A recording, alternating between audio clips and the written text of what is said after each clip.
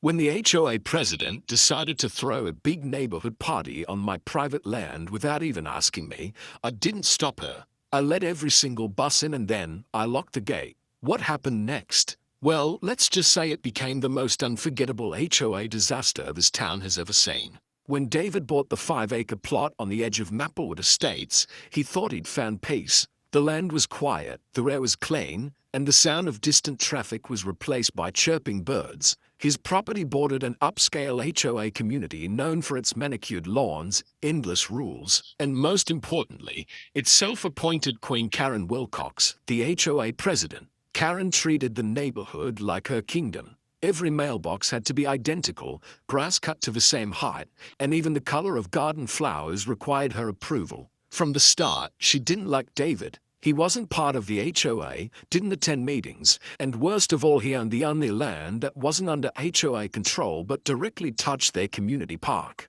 That park, however, had a problem. The HOA's community event area was under renovation. The annual spring celebration, a massive party with music, food trucks, and entertainment, had nowhere to go. That's when Karen got an idea. She noticed David's open field near the fence line. A flat stretch of green, perfect for tents and buses. Without permission, she decided the HOA would temporarily use the land for their event. After all, she thought, David barely used it, and she assumed he wouldn't notice or wouldn't dare to stop her. 1 week before the event, David returned from a short trip to find flyers posted all around the neighborhood, announcing the Maplewood Spring Bash hosted by HOA President Karen Wilcox. The location listed, his own address. At first, he thought it was a mistake. Then he noticed the fresh tire marks across his property, the installed signposts, and a small wooden stage already being built. It wasn't a mistake, it was trespassing. Bold and arrogant, David decided to keep quiet.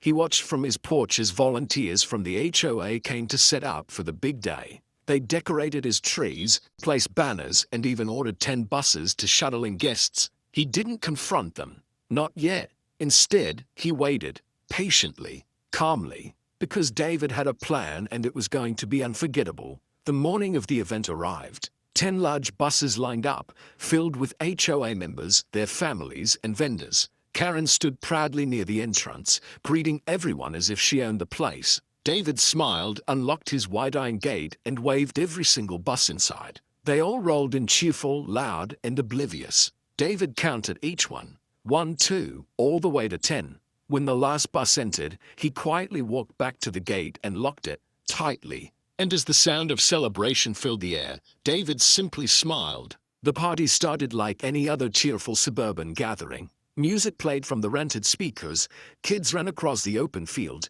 and food vendors began setting up stalls along David's property line. Colorful tents dotted the grass, and people cheered as if they owned the place. Karen stood at the center, wearing her bright sun hat and a name badge that read HOA President. She was in her element, taking credit, giving orders, and pretending the land beneath her feet belonged to the HOA. David watched everything unfold from his porch, sipping his coffee, his land, his rules. But not today. He let them dig their own grave. Every car, every bus, every food truck that entered was recorded by his security cameras. License plates, timestamps, even faces, all perfectly captured. The evidence of trespassing was undeniable, but he wasn't going to call the police just yet. No, that would end the fun too early. As the day went on, the HOA members grew louder. The once peaceful property was filled with laughter, music, and the smell of grilled food. Karen strutted around, boasting about how she secured this beautiful field for the community. She never even noticed that David hadn't shown up to greet anyone. She assumed he was too intimidated to confront her. Hours passed. Then the first sign of trouble appeared. Someone noticed the gate, a large wrought iron barrier, had been locked shut. The heavy chain glinted in the afternoon sun. A few people tried to push it open, but it didn't budge. They assumed David had locked it by accident. But when they tried to contact him, they realized he wasn't answering calls, texts, or knocks on his front door. Meanwhile, David sat inside, quietly watching everything through his security feed. His plan was simple: let them feel the consequences of treating private property like a public park. No one could leave without his permission now. The buses were trapped inside, parked in neat rows with no way out. Vendors began to pack up early, but panic started to spread when they realized they were stuck. Karen tried to act calm, pretending everything was fine, but her face turned pale when the food delivery trucks couldn't get in, and the local fire department, scheduled to do a safety demonstration, couldn't access the property either. The HOA's carefully planned event was unraveling fast. As the sun began to set, people started getting restless. The once jovial crowd turned anxious. Parents demanded answers, kids began to cry,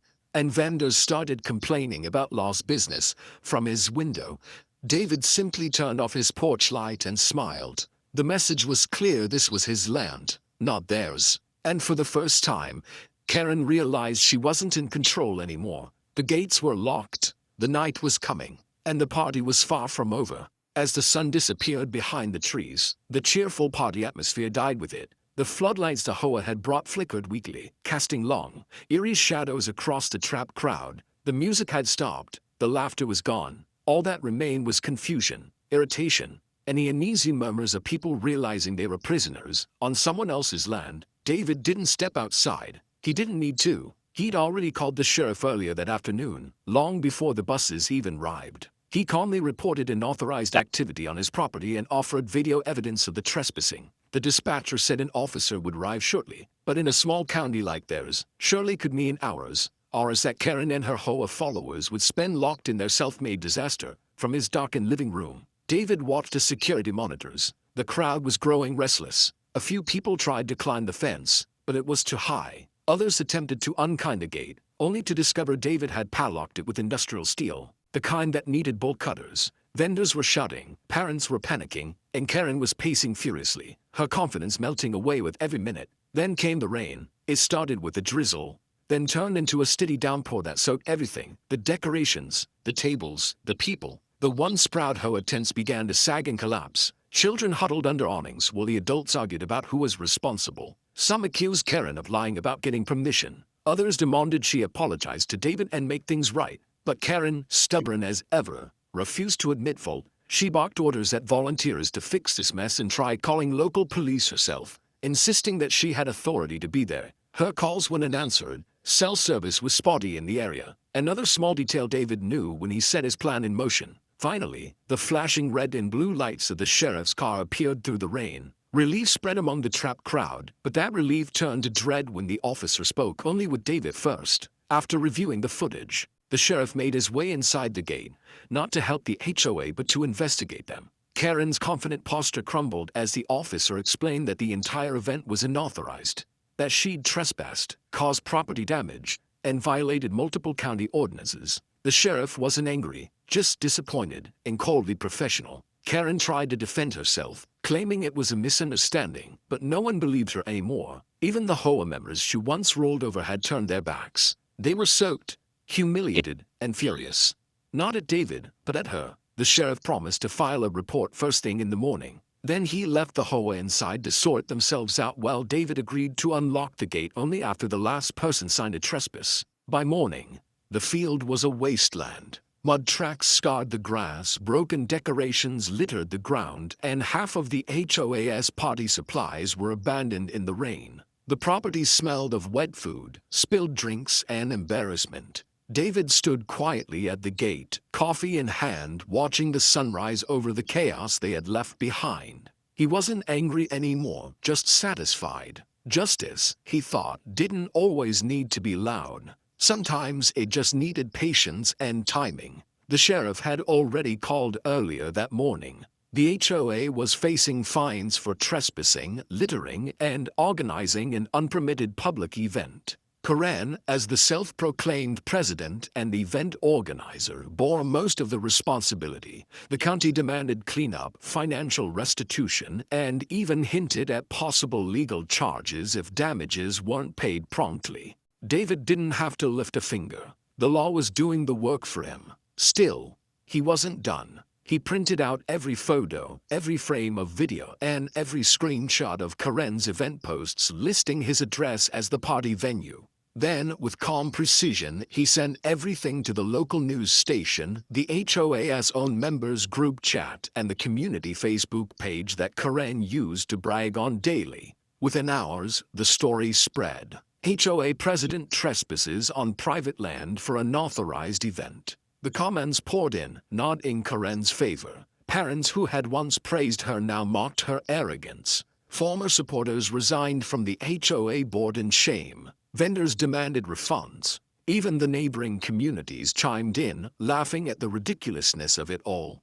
Karen tried to do damage control, posting long explanations and emotional justifications, but no one bought it.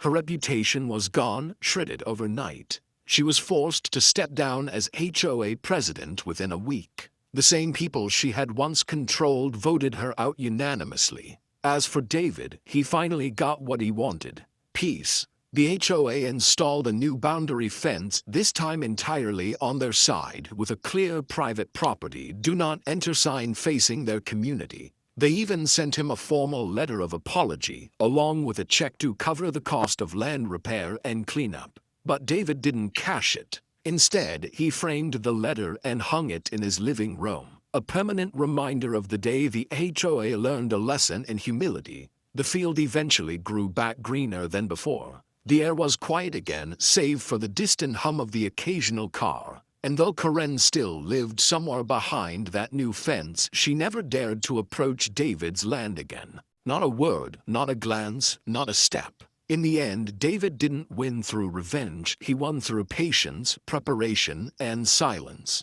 He hadn't shouted, argued, or threatened. He simply let the HOA bury themselves under their own arrogance. And as he sat on his porch months later, watching the sunset fall over his peaceful land, he smiled again.